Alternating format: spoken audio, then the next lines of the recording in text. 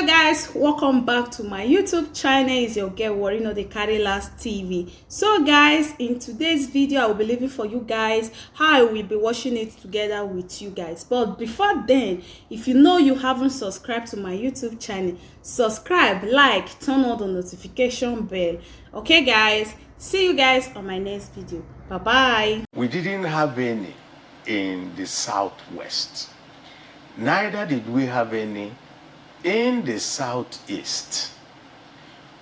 The problem in the south in the Niger Delta had been largely resolved by the PDP government of President Yar'Adua. Recall also that before the elections, there was also, because the major area of problems was basically the northeast, and basically in two states, maybe just in another one, Borno, Yobe, and part of Adamawa, if we all tell ourselves the truth. And the government at that time, or President Jonathan, also asked for time so that they can be sure that elections are done peacefully everywhere. And there was a sweep that brought all these dangerous people were actually sent out of Nigeria.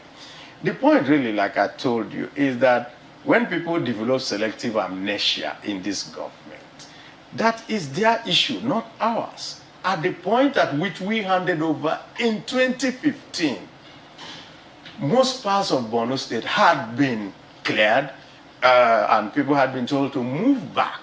With some 18 local government or so, still have a senator. Yes, at that time, it wasn't hosting of flags. That is what I'm saying. They had already removed all of them. Then, this government came into place. That's what I'm talking about, selective amnesia. This government spent how many months to even get a government going. Those who were fighting the wars, including those who were brought from outside at that time, who had even decimated were all sent away. And then gradually, the same Boko Haram people started creeping back.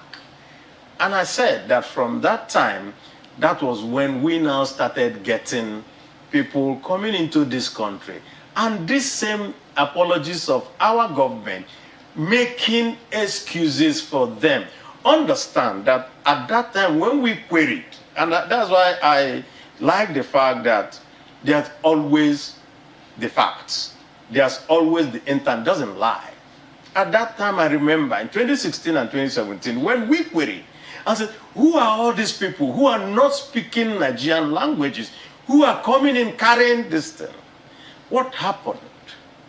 We were told, first of all, by President Warri himself, that it was a fallout of the civil war in Libya. When we queried further to say, why are these people in Plateau and in Benue killing and murdering villagers and sacking villages? We were told that, that it was because people were on grazing routes and were blocking those because of, remember, the Minister of Defense at that time, Dan Manso, made that statement. And when we went further to ask again, how could it be that people have been murdered all over the place? And you're telling us that it is just herder-farmer clash. At every point, there will always be a narrative. At that time, did you hear of anything in Southern Kaduna? Did you hear of anything in Katsina? Did you hear of anything in Zamfara? Did you hear of anything in Kebbi? Nothing.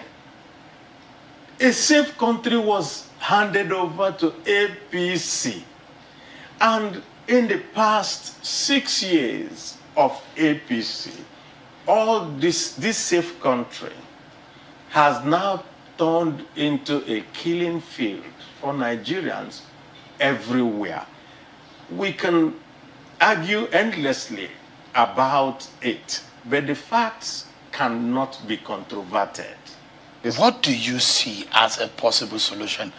If, for example, you are given the opportunity to turn this around and fix the security situation in the country, what would you do?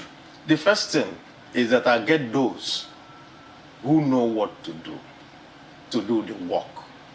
I don't now introduce nepotism into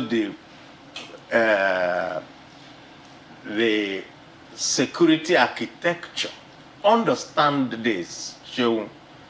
And I would like Nigerians to controvert me on this if I'm lying. I remember that when the appointments were being made in the security agent, and we said, no, something is wrong here. How could we just continue to put just a particular set of people from a particular side of the country, from a particular religion, that this is a secular country and multi-ethnic country? One of the very key phrases that was always used at that time was, oh, leave the president to make his appointments for those that he trusts. We don't care whether they come from one kitchen, so long as he trusts those. And we said no. Certain things you have to do on competence. If I need to do a surgery in my eye, I'm not going to go and find a native doctor to come and do it. I will find a trained ophthalmologist. And that is how it is with most parts of life. You don't just put people just because you like them or they are from your house or something like that and say go and do a job that is beyond their capacity. So what we are seeing is the consequence of what a friend of mine called the weaponization of nepotism. When you leave those who are competent to do a job and then you give it to some other people and justify it in all manners of ways, because you can justify anything on this earth, the consequence will always be that we will suffer for it. And Nigeria is, I'm sorry, in very dire straits today because of this type of judgment. So you go after people even if they're mercenaries or non-Nigerians? Who will do the job is the most important thing. Not minding whether they are not Nigerians. Let me say this. Because the government of PDP made use of mercenaries. Would you use that? Would you consider such? It got the job done then, didn't it? We got the job done. We could not do election. And that election was what the election that brought in President Buhari. We got the job done. That is the most critical thing. The most critical thing today, look, one of the things that pains me personally, and I've had discussions with friends of mine who are in the military, and every time I say this, the Nigerian military went to Congo, imposed order in Congo in the 60s. The Nigerian military in the 80s went to Liberia, went to Sierra Leone, imposed order, which means that the problem today is not the Nigerian military has the capacity, and I continue to say they do. But somebody on Channels Television, too, gave us a hint of what the problem was, which is that the military has to work under the leadership of the civil authority. And when the civil authority doesn't give them that go ahead to be able to deal with that issue, we all run into problems. I think that if it's in terms of funding, when somebody now tells you, oh, they stole money, it's not true. You mean monies were not stolen? I said that it is not, that is not the reason why we are unable, because we also found out that whatever little success that was done at the early part of this administration, it was the arms and ammunition that was bought by the PDP government. Are you saying that monies were not being carted away from the NSA's office? These were allegations made and they were taken to court. That there were monies that are being given by people, and some people owned up to it, that they actually took those monies. You know what goes on, and I think I don't want you also to fall into that trap. The trap is, under Jonathan, we voted $2 billion. I was part of the Senate that done that, and they bought equipment for this. If a few people, their fingers were found in a few fries, is that what you will say that the whole money was stolen? It wasn't. A lot of money was stolen. Well, Millions in dollars. See, that is the problem. That is the problem with this narrative. Sheer incompetence is now being subsumed under a phantom people stole money. And I say it is sheer incompetence. Are you saying monies were not stolen? No, Sean, you're misunderstanding me. I'm not saying monies were or were not stolen. I'm saying that it is the incompetence of the leadership and the direction of the fight against the insecurity and the terrorists and everything that have besieged Nigeria, that rather than own up, people now start looking for where to hang. And then the first thing to do is, oh, PDP people stole. Please, Sean, the day we're going to have a conversation,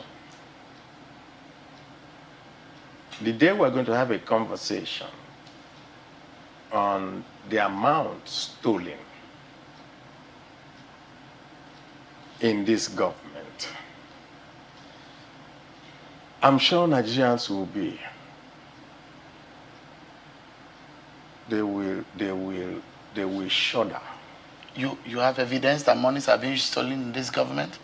So I say when that conversation will come. Usually conversations come when a government leaves power, because people, whistleblowers, all manners of people who could talk, will find it very difficult to do so while they are still the perpetrators inside that government.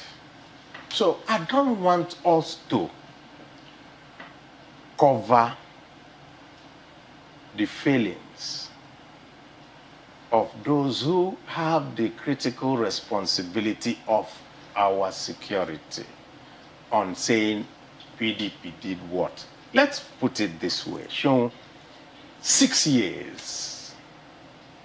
Assuming anything went wrong before 6 years, things have progressively gotten worse. How can you now turn around and blame it on what happened 6 years ago? The reason why you came into power, you told us, was, I'm a general.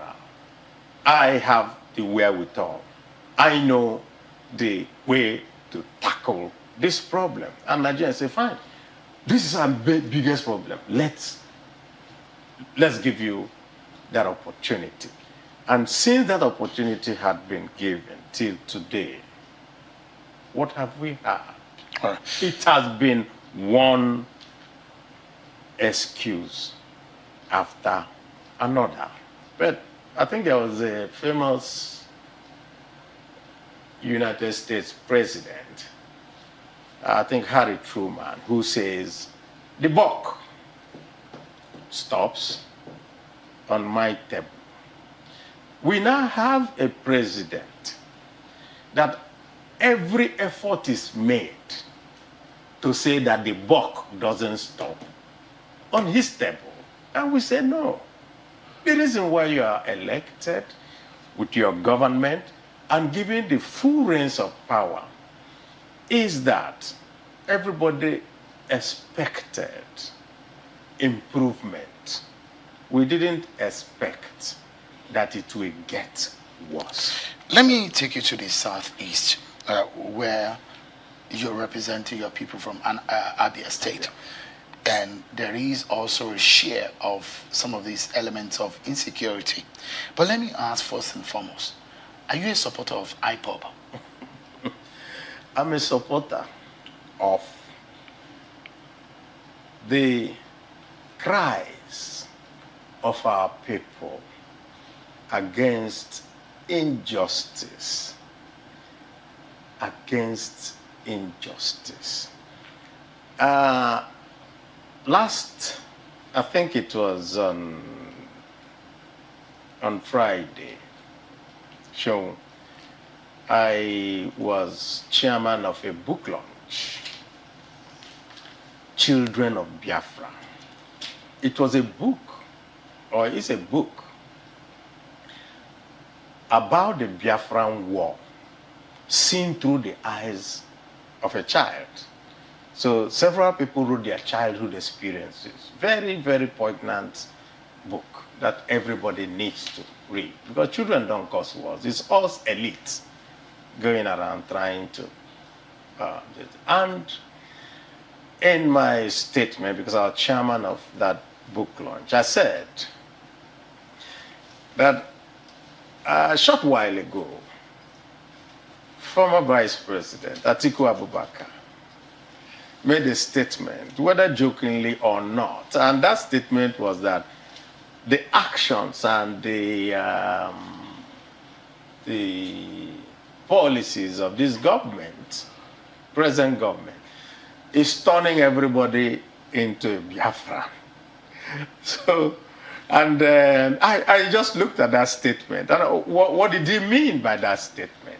He just said, everybody complaining about injustice, everybody complaining about marginalization, everybody complaining about the rampant nepotism, everybody complaining. So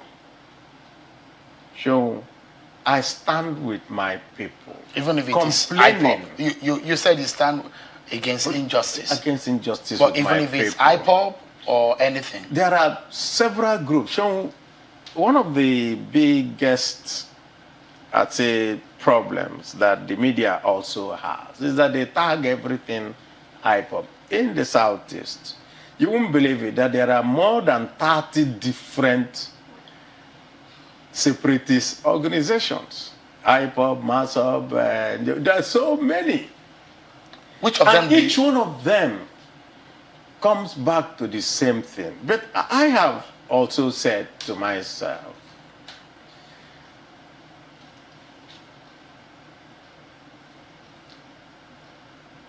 Civil War ended in 1970. By 1979,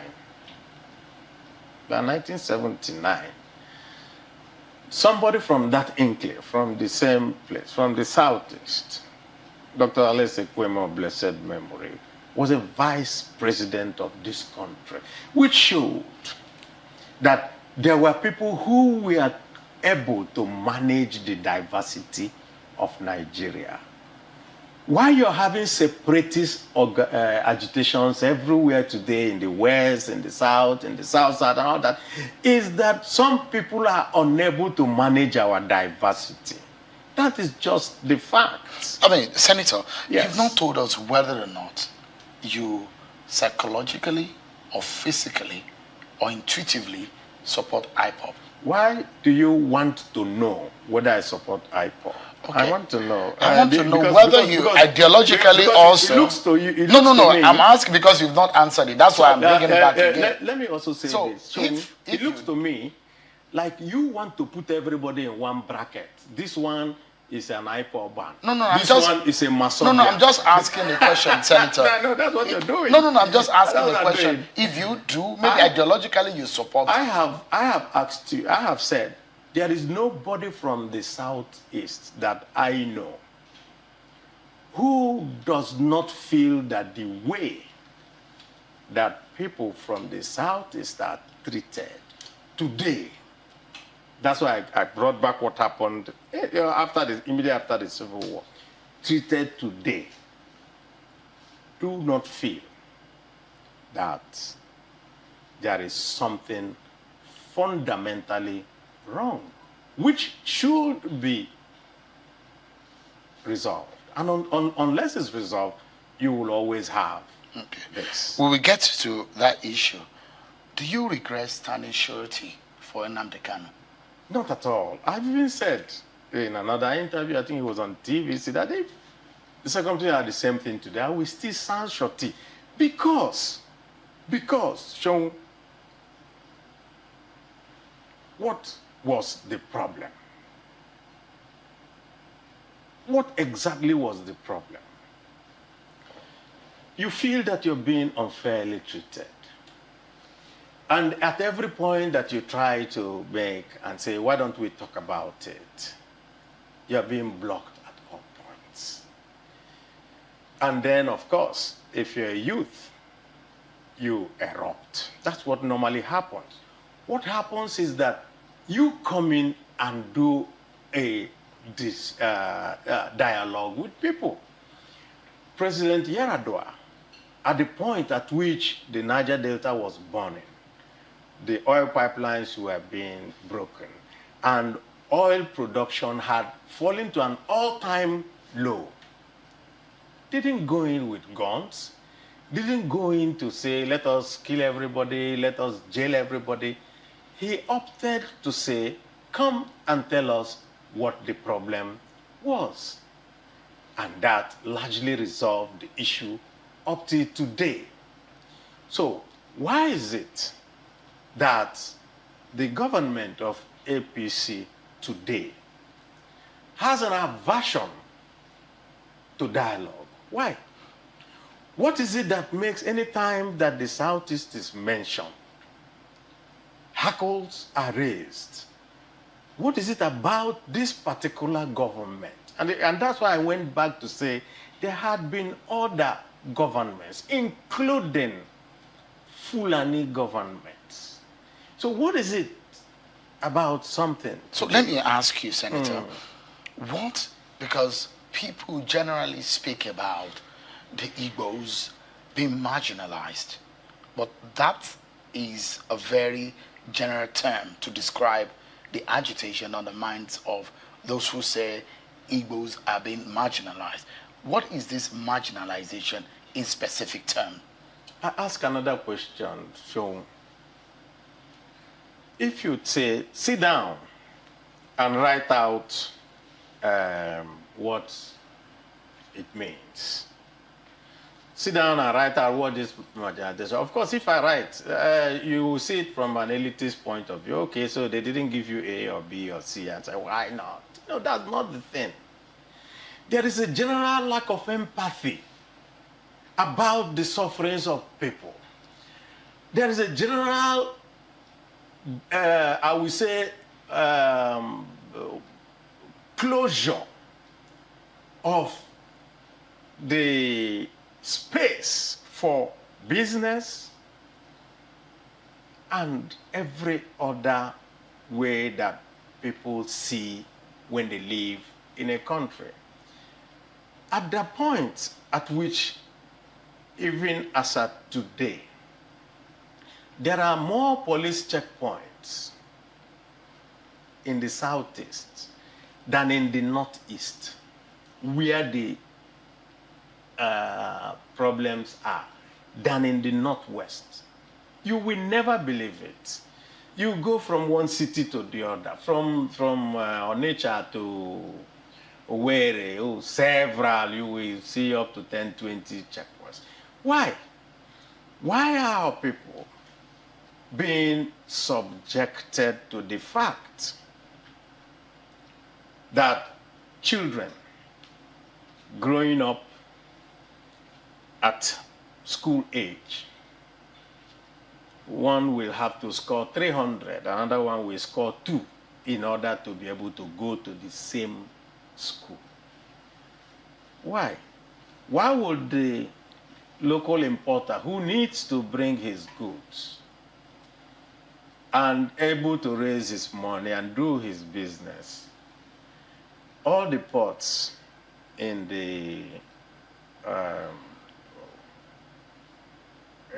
eastern coast, starting from Warri, Koko, Port Harcourt, One, Calabar, and all that, be non-viable, and the insurance rates are higher. The cost of bringing it is higher, so you have to move through Lagos. So somebody who now needs to do his business has to move it by land, costing so much.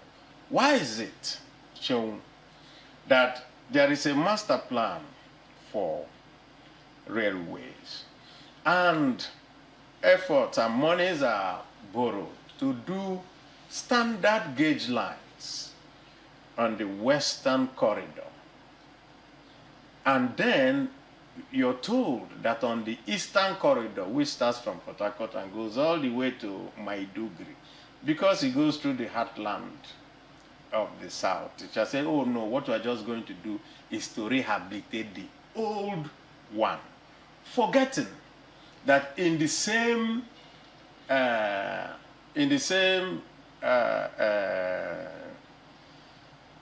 railway master plan, they are supposed to meet somewhere. So how would a narrow gauge intersect with a standard gauge, assuming that you want both of them to meet somewhere so you can move out goods and so forth? Why? And when questions are asked, you are now seen as a troublemaker when you ask those questions. And then we turn around and say, but okay, and elements of this government are very, very quick to run to a default position. So we know the default position. Oh, PDP, they were thieves. Yeah, and so that is why. How? Senator, I mean, it's you. And then they say, oh, but you were in power. Why didn't you do it? No. Government is supposed to be a continuum. So I do my good, you come in, you improve it. Another one comes in, he improves on that. But you take a position that is not so good, and we now say, no, there's something that we need to correct here. And then you fall back, as if it's written, okay, anytime you ask a question, go back to all of you are thieves. You know, I'm in the National Assembly here. I suffer part of it. And I go out and people say, but you people, you're all thieves. What do you do? would an Igbo president resolve this matter in 2023? Let me put it this way, Sean. The man who the shoe pinches now knows where it hurts. The Igbo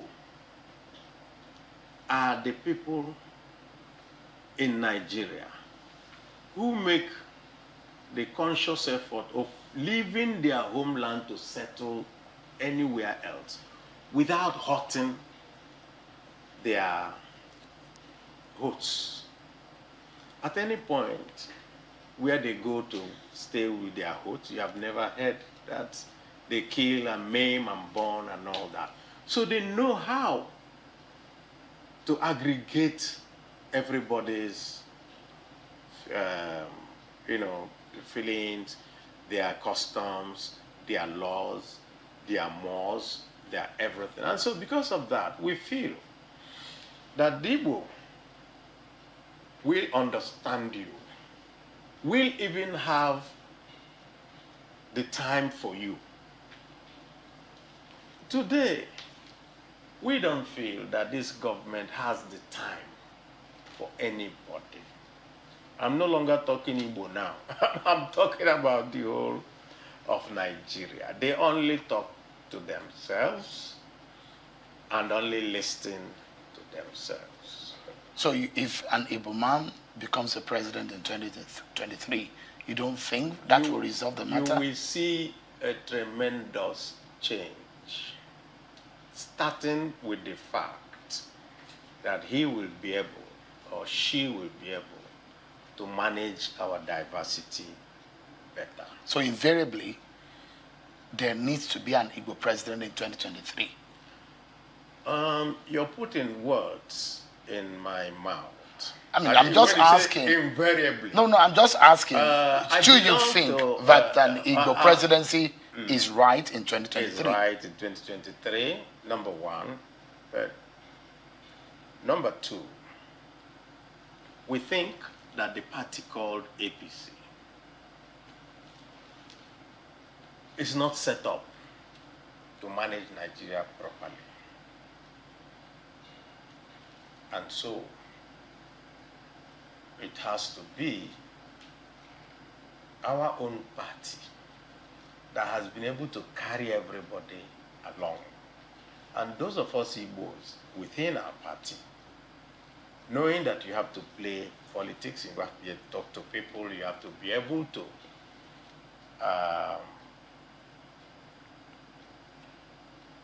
let people see your own point of view and buy into your vision, are doing the consultations now. And you think PDP is making that concentration? Because Yes. what we are understanding is that PDP has ceded the presidential slot to the North in 2023. I do not think so.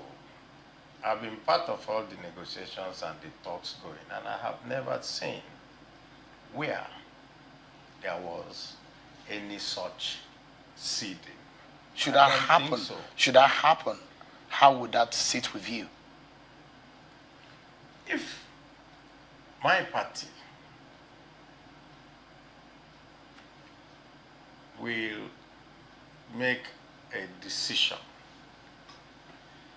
then it is at that time that I will make my own feelings known, not to preempt, because when one of the biggest problems we do is that we try to shape our narrative as if we are giving ultimatums. Because when should that happen, then this happen. That's giving an ultimatum. So that's not how to do a negotiation. Your name had come up in conversations as a possible candidate for your party in 2023.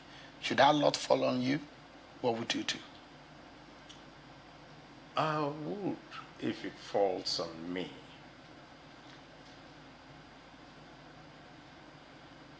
Within 6 months, all these things will be a thing of the past. Have you ever considered being a president of Nigeria? I will say this. If you ask former Governor Muazu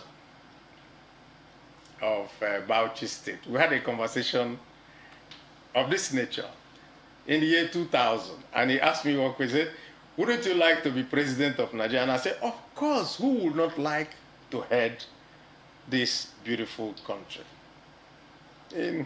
That was far back as 2000. But is your answer still the same?